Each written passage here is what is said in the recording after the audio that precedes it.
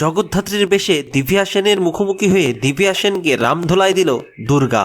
বিস্তারিত জানতে লাইক দিয়ে সাথে থাকুন। জগদ্ধাত্রী ধারাবাহিকে ইতিমধ্যেই আমরা দেখতে পেরেছি যে 20 বছর আগেও চেষ্টা করে দিব্যা সেন জগদ্ধাত্রীকে মারতে পারেনি, আর 20 বছর পরে এসেও দিব্যা সেন জগদ্ধাত্রীকে মারতে পারেনি। তবে এবার জগদ্ধাত্রীর মেয়ে দুর্গা জগদ্ধাত্রীকে বাঁচিয়েছে।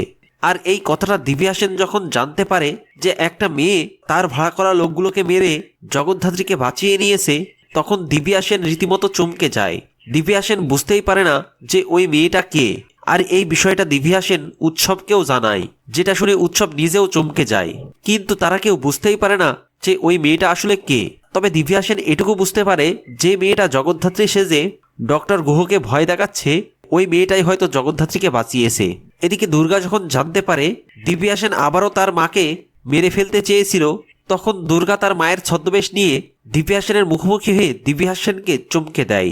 এমনকি দুর্গা জগদ্ধাত্রীর রূপে দিব্যা সেনকে রামধোলাই দেয়। হ্যাঁ বন্ধুরা, এই সমস্ত চমক আপনারা দেখতে পারবেন জগদ্ধাত্রীর আগামী পর্বে।